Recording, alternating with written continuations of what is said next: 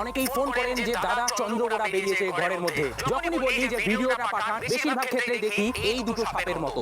এই দুটো সাপ হচ্ছে পুরোপুরি নির্বিষ ঘর চিতি, ঘর মোনা, ঘর কুনো, ঘর গিন্নি, এক এক রকম নাম দিয়ে আপনারা ডেকে থাকেন। পুরো ঘর বাড়িতে বা প্লাস্টার না করা দেওয়াল থাকলেই তার ফাটল ফোটলের মধ্যে ঘরের মধ্যে বাসা বাঁধে। খয়েরি গায়ের মধ্যে হলুদ হলুদ ডিম্বাকার শেপ রয়েছে। এইটাকেই আপনারা এই সাপ ভেবে বসেন বন্ধুরা, চন্দ্রগোড়া সাপ। রাক্ষস ভাইপার, তীব্র হিমোটক্সিক বিষ, বড় বড় লম্বা লম্বা বিষ দাঁত, ভয়ঙ্কর বিষ।